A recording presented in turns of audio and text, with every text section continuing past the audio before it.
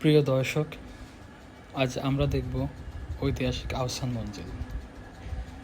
এর প্রতিষ্ঠাতা নবাব আব্দুল গনি। তিনি তার পুত্র খাজা আহসানউল্লাহর নামানুসারে এর নামকরণ করেন। 1859 খ্রিস্টাব্দে আহসান মঞ্জিলের কাজ শুরু হয়, নির্মাণ কাজ, এবং সেটা শেষ হয় 1872 খ্রিস্টাব্দে। ড্রোন ক্যামেরা উপরে ওঠানোর পরে নদী দেখানোর চেষ্টা করি, কারণ এর অবস্থানটা দেখানোর জন্য।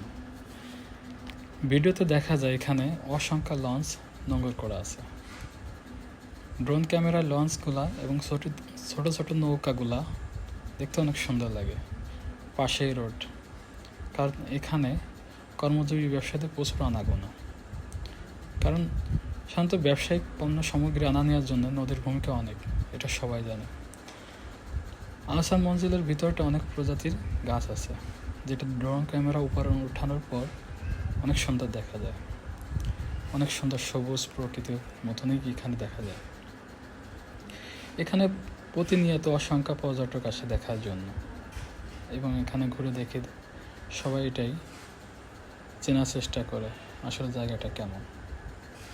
আমরা এই জন্যই গেছিলাম এখানে দেখার জন্য, এবং পাশাপাশি ড্রোনে দেখানোর চেষ্টা করি সবাইকে। দেখতে থাকুন প্রিয় দর্শক, ধন্যবাদ।